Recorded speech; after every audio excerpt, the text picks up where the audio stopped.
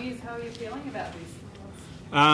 Yeah, well, obviously it's easy you guys asking me questions and, saying it. I mean, I had a bit of a tough time last week telling the boys, but, it's gradually sinking in now and getting used to it, and club are helping me out with life after football, which is really good.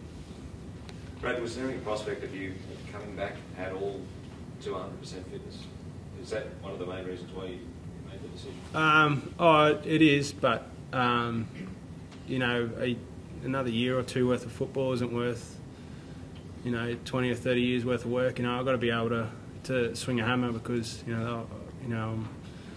got my trade as a builder, and I've got to be able to swing that hammer. So if I do any more damage to it, they're pretty much fusing my wrist, and I'll have no movement in it then. So I want to still be able to use it a bit. So that's still like a big question for it. It's kind of been easy for you. How are you feeling? It was initially pretty hard, but now, like I said, it's getting easier now. So yeah. Brad, you've achieved plenty of things, played State of Origin and the like. Anything you feel you haven't done? I probably just played in a grand final here. That's about it. Yeah, really. Everything else, I've done and achieved, and probably just one thing I, didn't get to do here, but I got to do it overseas, and I was glad I got to do it over there too. So. Brad, what is life after footy hold for you, mate? Are you going to go into building full time? Yeah, I'll try to. Yeah. I'm just looking at avenues that way now, and heading down that way. It's another big passion of mine that I love doing, and I've been doing it since '97. So each year I try and do a couple of months of work each month, so keep my hand in it. Been doing stuff around doing my own homes and stuff, so it's been good. Are you going to have any ongoing role with the Titans as far as any sort of official role or unofficial role? No, I think the guys here do a pretty good job as it is. I'll come in and see the boys every so often and say good day and put my head in and keep annoying the shit out of everyone. So. John, the transition role continues for the club?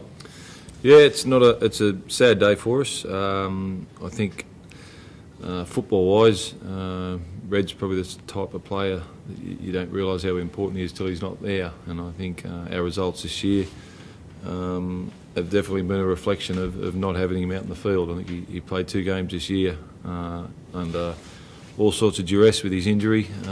We had a win down in Canberra, and we went the distance with the Broncos. And as I say, when he's not out on the field, that's when I know the coaches definitely notice it, and I'm sure his teammates do as well. Honey, what sort of player is he? How would you describe him now in his retirement? He's the ultimate team man. Like I say, he mightn't.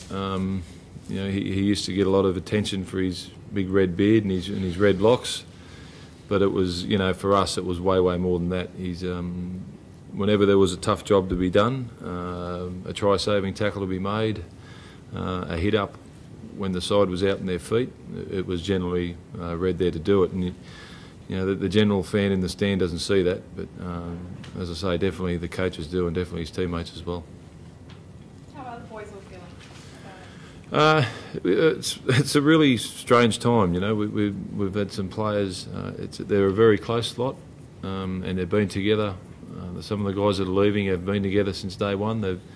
You don't get many opportunities to start at a club from scratch, and with Buff and Friendy and Red, with those 3 guys all moving on, it has been it's an emotional time for them. I think Red spoke to the group last week, and it was you had to be there, I suppose, to know what it was like. Buff the same, Friendy the same. So it's a transition stage for the club. This one was sort of unexpected, the way it's happened. You don't always get to choose the way you leave the game or leave a club, but I think it shows how popular he is with the group, that it sort of affected everyone the way it did.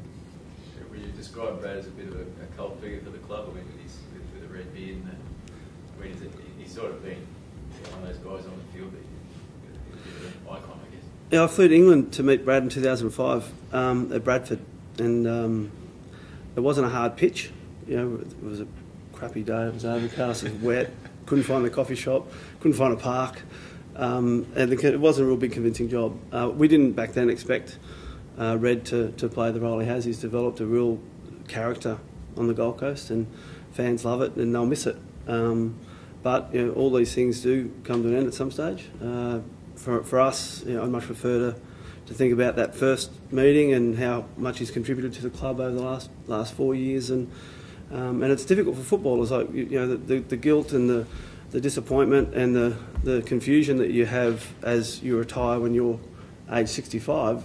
Young men have got to deal with that with their families, with far more fear about their future with young families. So it's an important thing that the club works with the players, and we'll help Red out. He's not going anywhere. I see him as one of those players that was really important and crucial to the culture and the core values of this club, and we want to keep him around here as long as we can. So. Certainly, will fans get the chance to say goodbye to Red? I'm not going to post his address on the website or anything, but we'll definitely make sure that Red's given a suitable farewell. Probably a little bit different to the one that these teammates will prepare for him, but that should be fun. Probably get a bit of retribution back. So the club will definitely do something for Red.